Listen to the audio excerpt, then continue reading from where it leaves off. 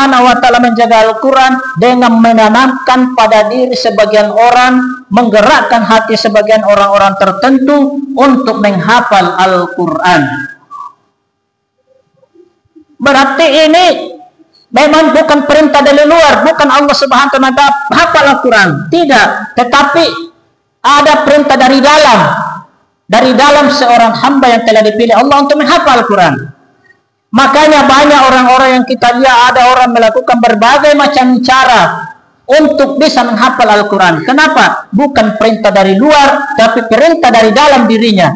Motivasinya dia pengen sekali menghafal Al-Quran. Kenapa? Karena ternyata Allah Subhanahu wa ta'ala sudah mengatakan dalam Al-Hijr bahwa sebagian di antara kamu pasti akan menghafal Al-Quran, harus menghafal Al-Quran. Dengan tadi Allah menjaga Al-Quran. Kenapa banyak orang menghafal Al-Quran? Sebagai realisasi dari firman Allah tersebut. Surah Al-Hijr mengatakan kamu pasti akan menghafal Al-Quran.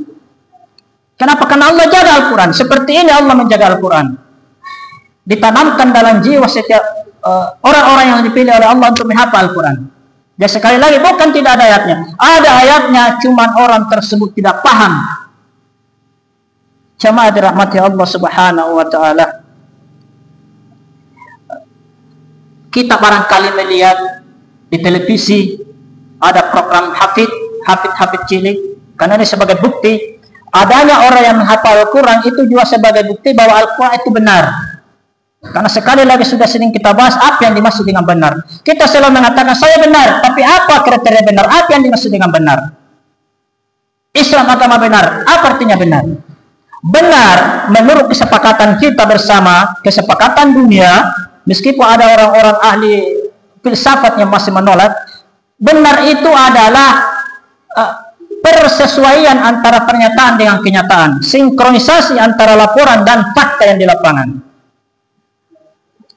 Persesuaian harus, kalau ada laporan maka harus ada bukti untuk mengatakan benar. Kalau cuma laporan itu hoax, bohong, maka harus dibuktikan. Al-Quran mengatakan aku menjaga, Allah Subhanahu wa ta'ala, Allah menjaga Al-Quranul Karim. Apa betul? Apa benar? Nah ternyata disinkronkan, dikonfirmasi banyaknya orang-orang yang menghafal Al-Quran, maka itu benar. Artinya Al-Quran itu benar. Kenapa? Ada laporan, ada bukti di lapangan. Siapa menghafal Al-Quran? Adalah seorang bocah yang Muhammad cacat secara fisik, namanya orang Lombok, namanya Najah. Di kursi roda, ngomong pun tidak jelas. Barangkali kita sudah tahu, sering di TV ngomong tak jelas. Tapi subhanallah, ketika dites bacaan Al-Quran, disuruh baca dari ayat sebelumnya dia tahu, disuruh baca dari ayat setelahnya dia tahu. Bahkan yang paling luar biasa adalah dia mampu menunjukkan di mana baris nomor berapa ayat tersebut. Ini kalau bukan dengan perintah Allah, dia bukan kehendak Allah, bantuan Allah, tidak mungkin bocah yang cacat seperti itu mampu menghafal Al-Quran. Jangankan di Arab yang memang bahasanya, di Indonesia puluhan ribu orang menghafal Al-Quran. Kenapa? Sebagai bentuk Al-Quran itu benar, untuk merespon, untuk sebagai realisasi bahwa memang Allah menjaga Al-Quranul Karim. Maka sekali lagi pernyataan-pernyataan menyesatkan seperti itu adalah keliru dan tidak perlu dikomen, disaskat dan lain sebagainya.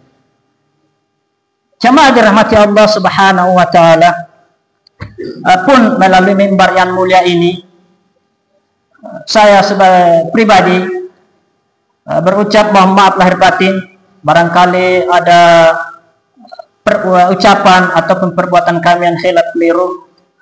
Karena agama mengajarkan bahkan sebab bagaimanapun bagusnya haji kita, zakat kita, puasa kita, kita melaksanakan perintah agama dengan taat sampai hitam tidak kita sujud kepada Allah.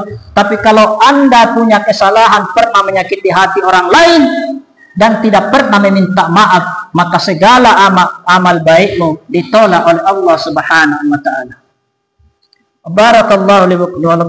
Barakallahu li wa lakum fi qawaadim wa nafa'ani wa iyyakum bima fihi min al-ayati wa dhikril hakim. Taqabbal minna minkum tilawatahu innahu was-sami'ul 'alim.